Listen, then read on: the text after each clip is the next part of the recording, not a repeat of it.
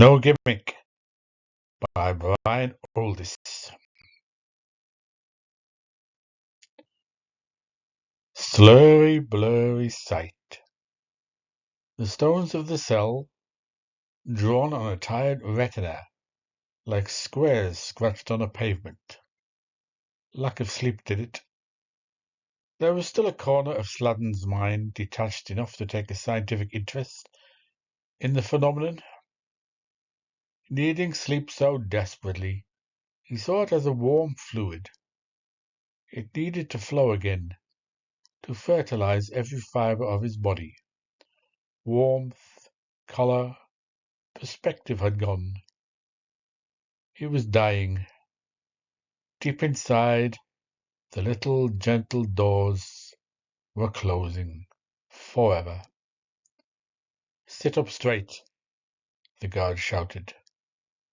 Humphrey Sladden pressed his shoulder blades back against the wall. He closed his eyes.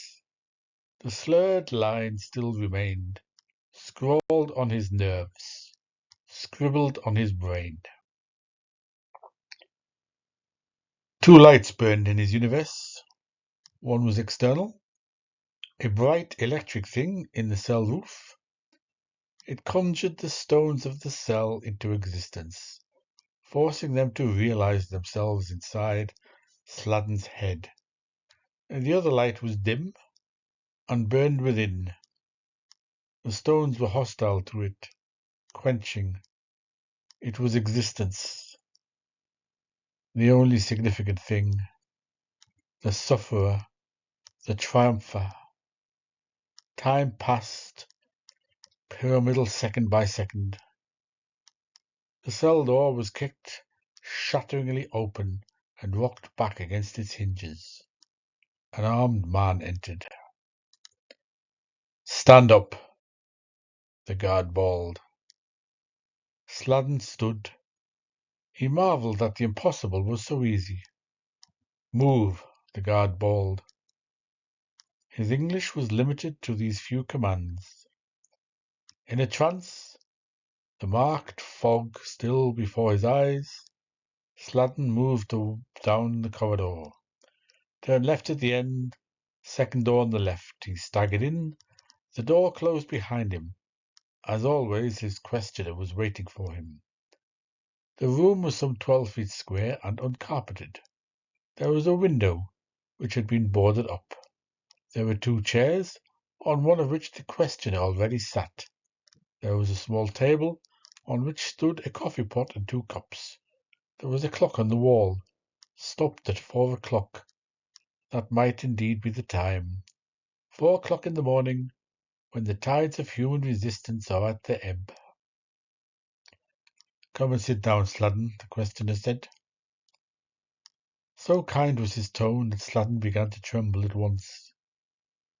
He sat shakily on the chair. "How are you?" Straining the muscles of his neck, Sladden raised his head and peered at the other. "I feel too weak to answer any questions," he said. The questioner had high cheekbones and a low brow. As always, he looked dishevelled. His hair was that of a harassed businessman rather than a conqueror. He spoke English almost without accent. "I won't ask you many questions," he said.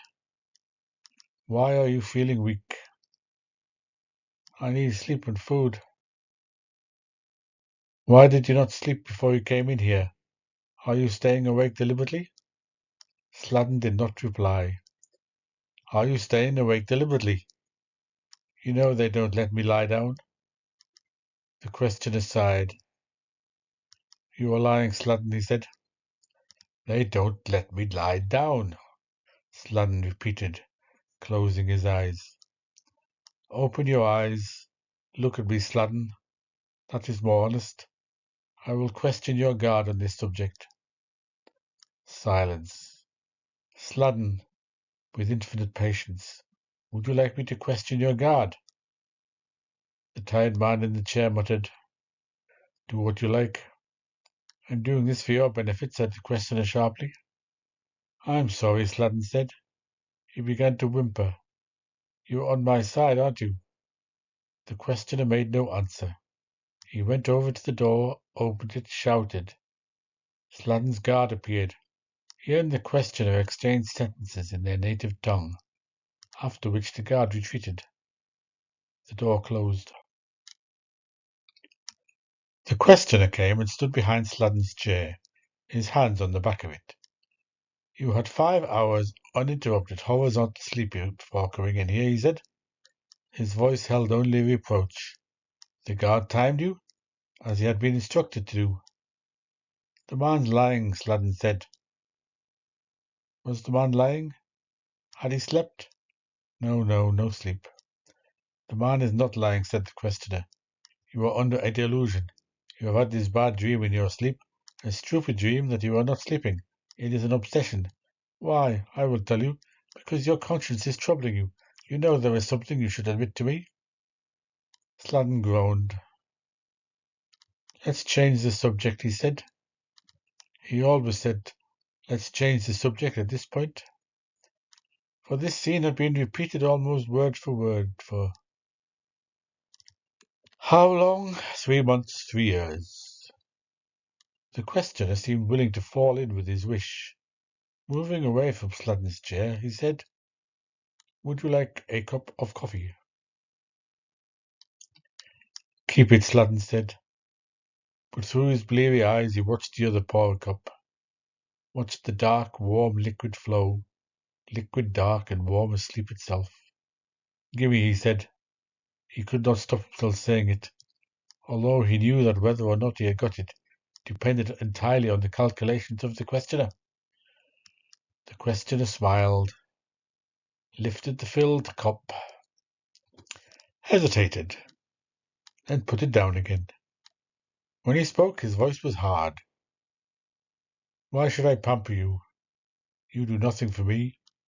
Does it never occur to you how much of my time you waste? Don't you think I'm human, Sladen? Do you think I enjoy these one-sided conversations?"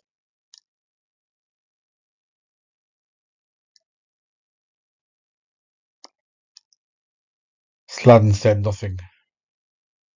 The silence grew, a dirty thing as tangible as lard. "I don't want to make you angry," he said. He bit back a flow of words. "I love you," he wanted to say. "You treat me as if I was real. You are the only person who speaks to me. You are my sole connection with the surface." The country had been overrun by the enemy for under a year when Sladen had been picked up by the military. No charges had been made, no explanations given. They had simply taken him off in a lorry and locked him in a dark room. The silence had lasted an age.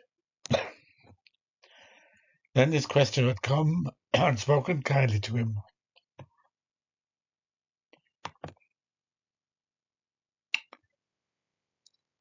Rough treatment,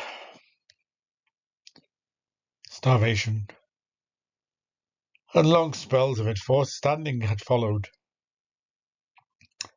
In all that long period he had not seen the questioner again.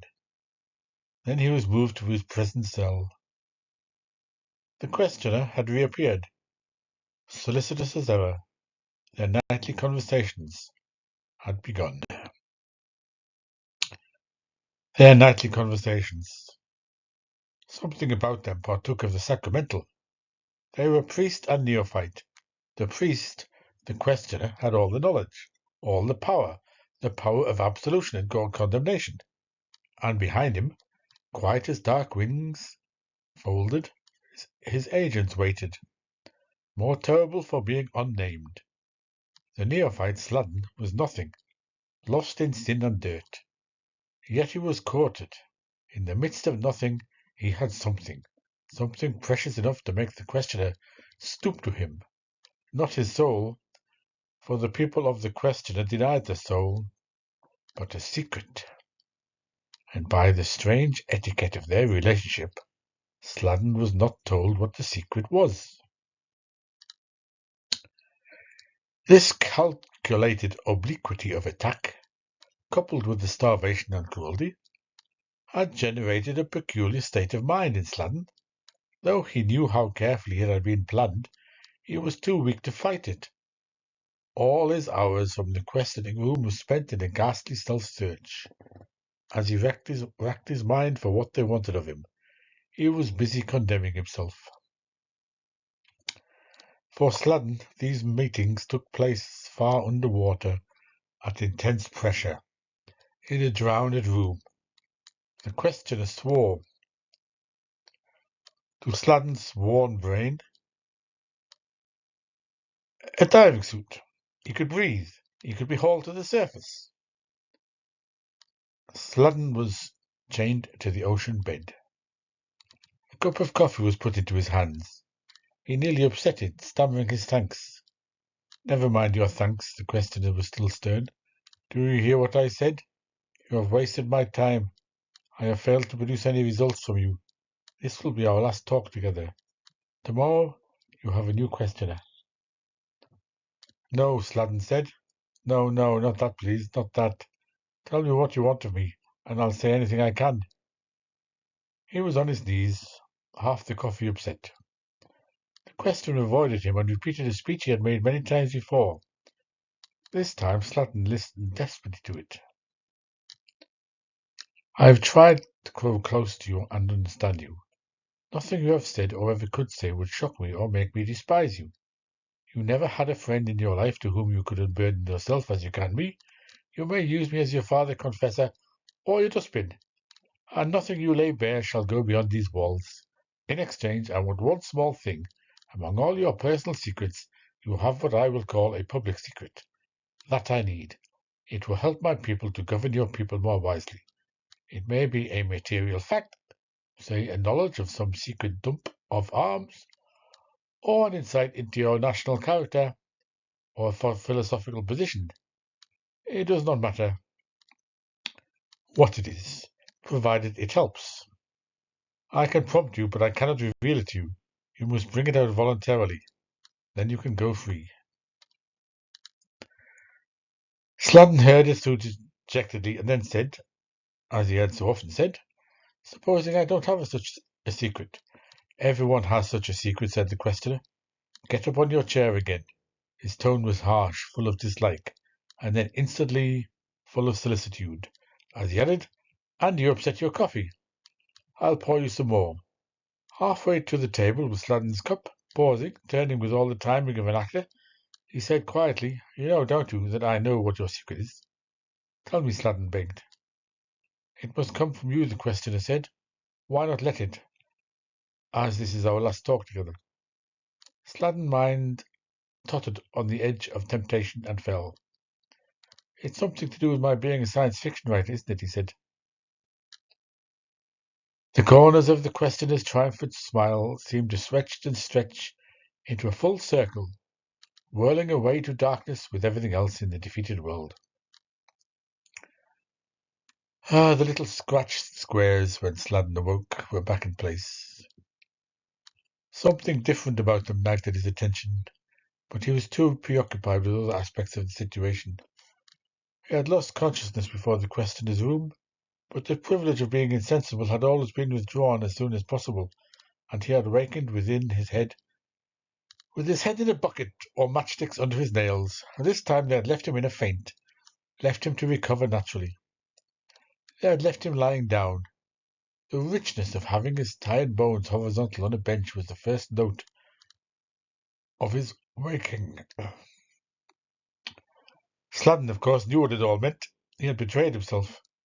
They were so pleased with themselves about it that they were also pleased with him. But the respite was gained not only as a reward, it was a chance to recuperate before they started on him again. And this time they had something to work on.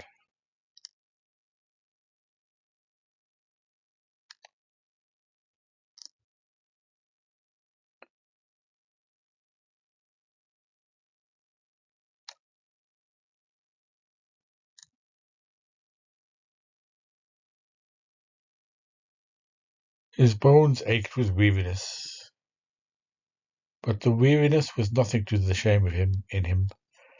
The shame was no less because he could not find a concrete reason for it. He only knew it was better to give up a secret under torture than have it bribed out of him. Yet the secret was no secret. They had known he was a science fiction writer when they arrested him. Their torturous logic was beyond him. They might just as well have been aliens from another planet.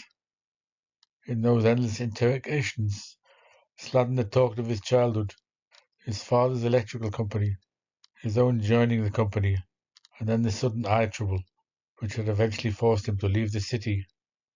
He had told the questioner of how he had gone to work in the stone quarry, and how his regrets had unexpectedly been lost in the enjoyment of a hard, rewarding job. After 3 years at the quarry, his sight improved. He began to write. A dozen stories only had been published before the hail of bombs from the east. It was an ordinary enough life story. Only the questioner's insistence on the public secret hidden behind the facts gave it a sort of sinister undercurrent. He had been left to worry during the bleak days in his cell about what they were after in this particular case. He had worried. He had gnawed himself into a honeycomb of worry, and when he had ruined himself, he had virtually whistled to them to set the dogs on him. They could not leave him now, though he had no secret. They would find one before throwing him out to the offal cart. The shakes began deep down in his body. A little generator submerged in his bowels. Its vibrations grew. Sladen was so thin he rattled on the bench, his protruding bones knuckling the wood. He thought he had known terror. Now he recognized it for a newcomer. In an effort to still himself, Sladen looked again at the grey stones opposite him, attracted by the different quality in them. The light on them had some quality. Then Sladen knew, instead of being lit by the dim bulb, burning eternally in his cell roof, the stones were washed by daylight. He struggled up into a sitting position, still shaking. Daylight. They had temporarily undrowned him. A small window with a grill was set in the stone above his head. He had been moved to another cell. For a long while, so deeply had the inertia of his confinement sunk into him, he was overwhelmed by strangeness. The other cell was his home. It had his blood on the floor, his tears soaked into its bench. It stank of them. Here was nothing of his history, only, yes, a faint smell of smoke. Then it dawned on him that if he stood on the bench, he could see out of the window. Stiffly, like a dragonfly dragging itself from its ugly lava, Sladen pulled himself up and put his face to the daylight. His cell was high enough for him to see over a fortified wall. Beyond it was part of a row of buildings. He read a notice over a shuttered shop window which said, "Music, trove, classics, jazz, dance." Through the ugly gap in the row, Sladen saw other ruins, craters, piles of debris, the muck of ruined London. A hint of green showed here and there among the desolation. There was not a sign of reconstruction anywhere. Rats are happiest living in rubble. Over the wretchedness stretched an almost cloudless sky. Just looking at that sky could break the proudest heart. It was beyond all battles, pure, indifferent. A fraction of roof. The eaves of the building was also visible from Sladen's cell. Tiny flames crawled almost noiselessly among peeling paintwork. Sladen stared at them unbelievingly. Then a gust of wind fanned smoke into his eyes. He began to shout. Climbing down from his vantage point, he went to the door and hammered on it, still shouting. Growing dizzy, he rested against the thick wood, leaning on one shoulder. The scud of smoke into the room overcame his weakness, and he started shouting and banging again. When there was no answer, and he had exhausted himself, Sladen pressed his ear against the door. It was virtually soundproof, but some faint sounds of movements reached him. Trying to soothe himself by telling himself that perhaps the fire was not serious, he climbed back up to the window. The flames seemed to be gaining. From the ground he could not see came shouts in the beastly barbarian tongue, and he guessed the fire brigade had arrived. At that moment the cell door was unlocked and pushed open.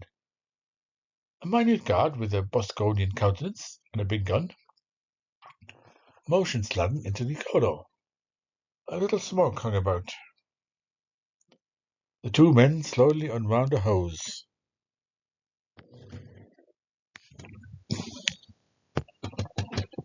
Dragging it along behind them. Two other prisoners were being released from cells. One of them was a woman. Sladden caught a glimpse of her face. It was pale and streaked with dirt, but to Sladden's surprise he recognized her. She was Helen Quinnick. Sladden only had time to notice this because the progress of him and his guard was momentarily blocked by two men with a trolley. They were wheeling this trolley, piled high with books, out of a room into which Sladden had time to glance. There, other men were piling books onto a second trolley. The room was stacked with books and magazines. Evidently it was being evacuated in case the fire spread.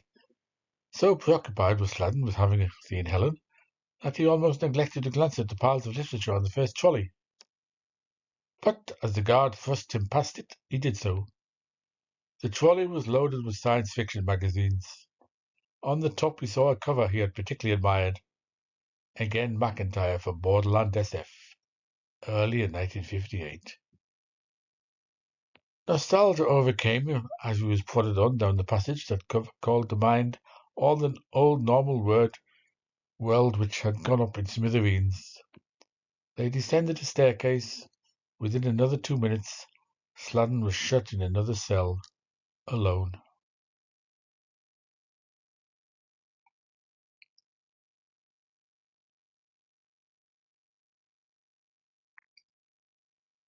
A small bed, covered by two blankets, stood in his cell.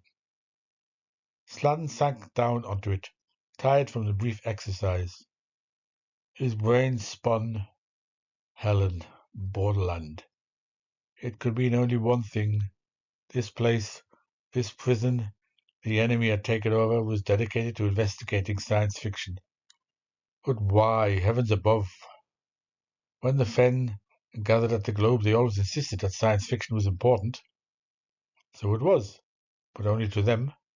They were just a tiny minority, misfits dreamers, off-center thinkers. It could all mean nothing to the enemy. Nothing meant anything to them except the insane ideology of expansion. And Helen. She was charming. A power behind several thrones in the science fiction world. She knew everyone, who was anyone in the genre, and a few more besides. She had ideas, although she did not write. She was an appreciator, a female catalyst in a two-male world. But what were they doing with her there? If Helen was here, who else might they not have under their filthy wings?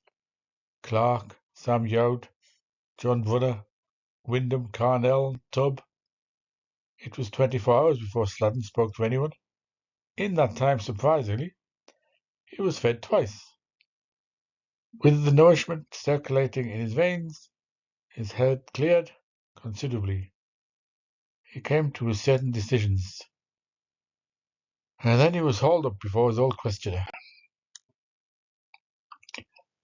"Come and sit down, Sladden," said the questioner. He looked dishevelled. He even looked tired. The broken clock still pointed to 4 o'clock. "How are you, Sladden? Is the fire out?" "It was only a few rafters burning." "What started it?"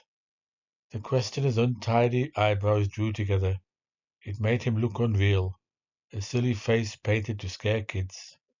"I asked the question here," he said, and then added, "A wire burnt out in the ceiling. That was all." Sladden forced a laugh, saying nothing. "What do you find here to amuse you?" the questioner asked ominously. "Nothing." "What did you laugh at?" "Nothing." "No doubt you recall the trouble we had at first to get your cooperation.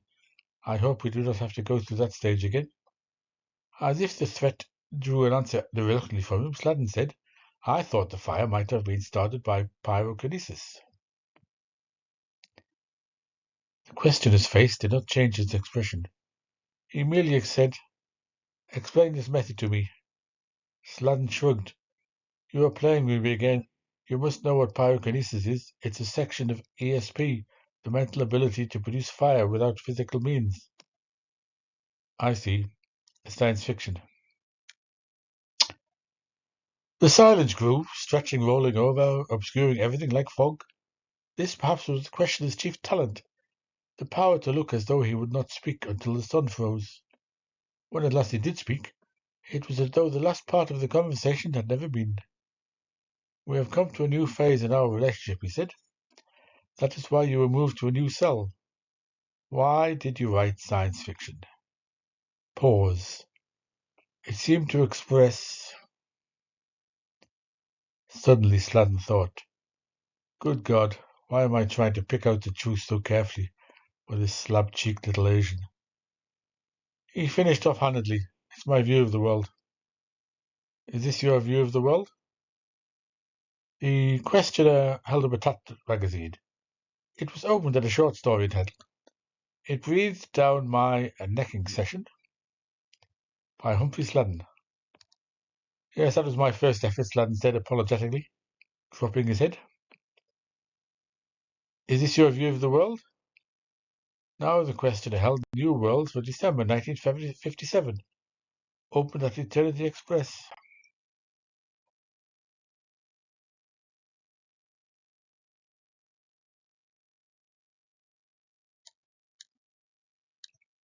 Yes, it was the lead novel, 35,000 words.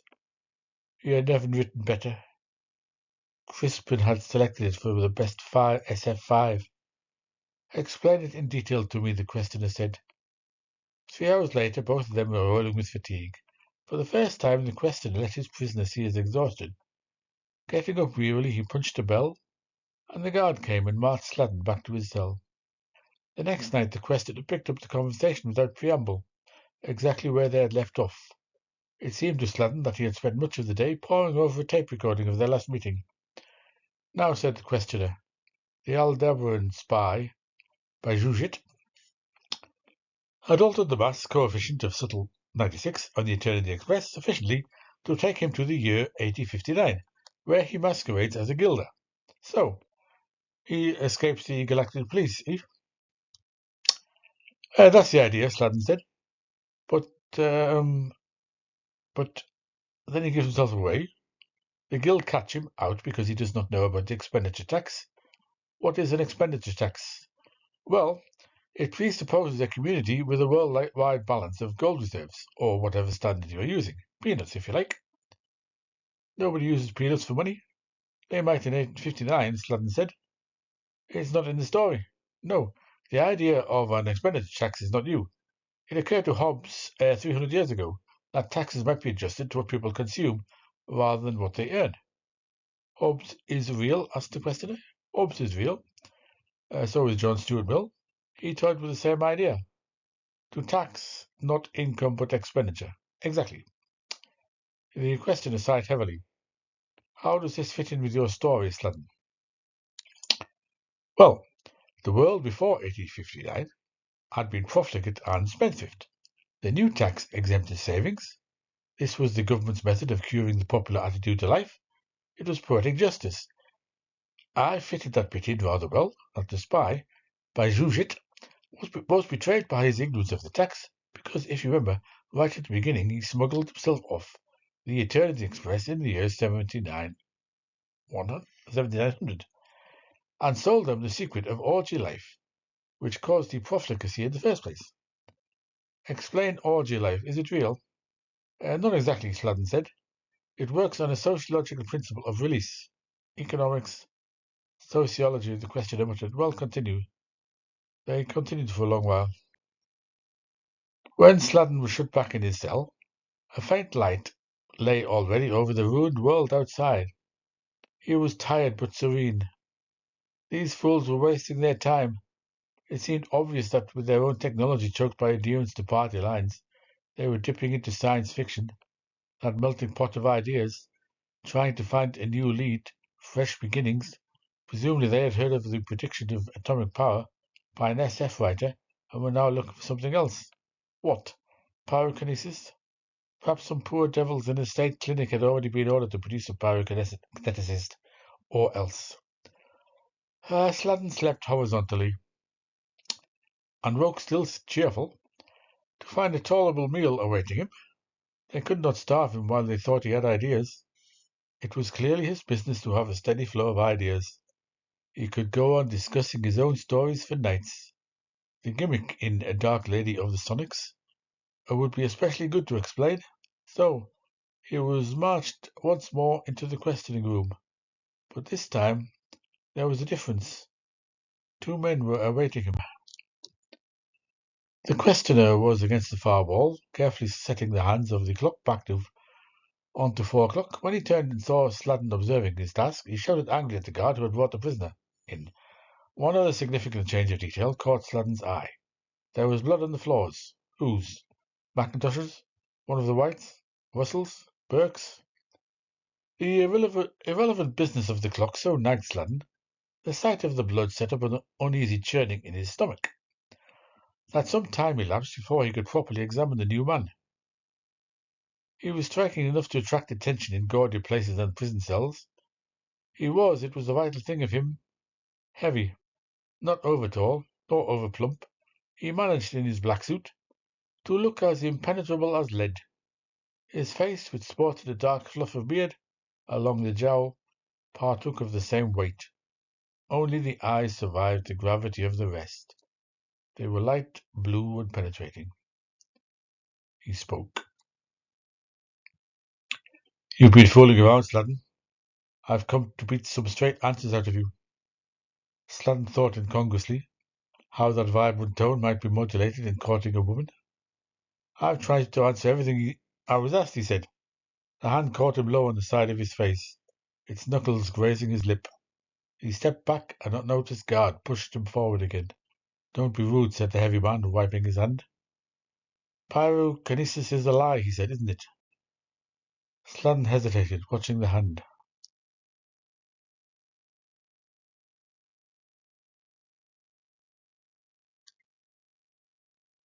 "It," he began.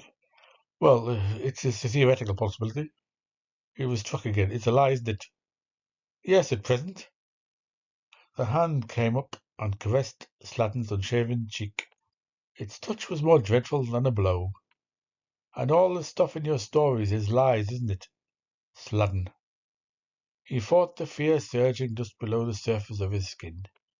Some is true," he said. The hand continued at his jaw, and he added, "Most is possible." Now the hand gripped. It took the flesh beside Sladden's lip. It twisted. It slid a thumb into his mouth, digging deep between his gum and his lower lip. Cunning as a pianist's finger, it extracted arpeggios of pain. Sladden was on the floor, writhing, his hand still unshakably there, exploring every nodule of hurt. As the heavy man knelt over him, the heavy man was saying, "You must tell us which are lies, which are truths, mustn't you?" He was screaming, "Yes, yes, I must." But a silent part of him was thinking elatedly, "Whatever they do, they still want to be told. If I'm on their hook, they're on mine." When several hours later 2 guards dragged him back and dumped him in his cell, Sladden lay on the ground moaning. He had been mauled and questioned until he was half dead.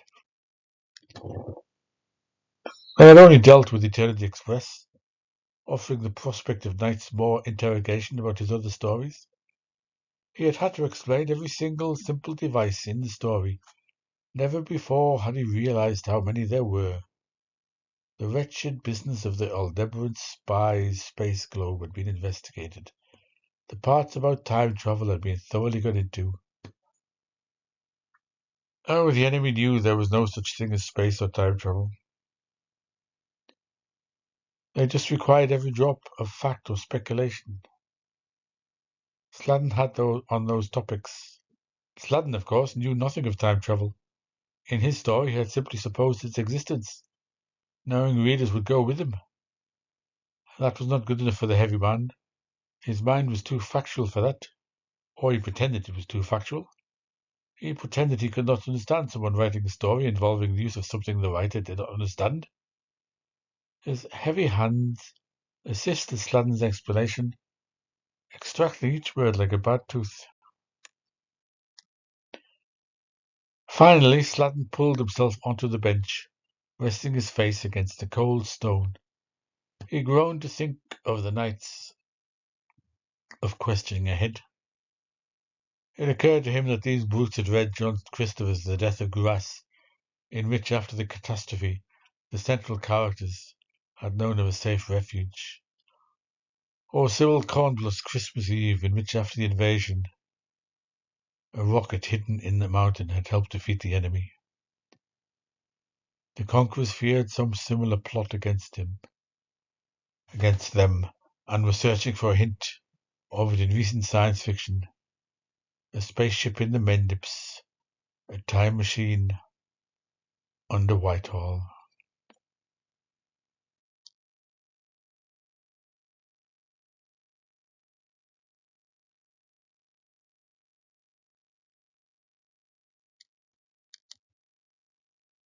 Sladen laughed through his tortured mouth. Alas, this was reality, not science fiction. There was no gimmick. There was no way of beating them now they had won. He lay there hopelessly. A minute insect climbed up the wall. Watching, it took an age, until it vanished into a crevice under the window, and then ages more billowed through Sladen's mind. Time for a captive taken all solidity. It does.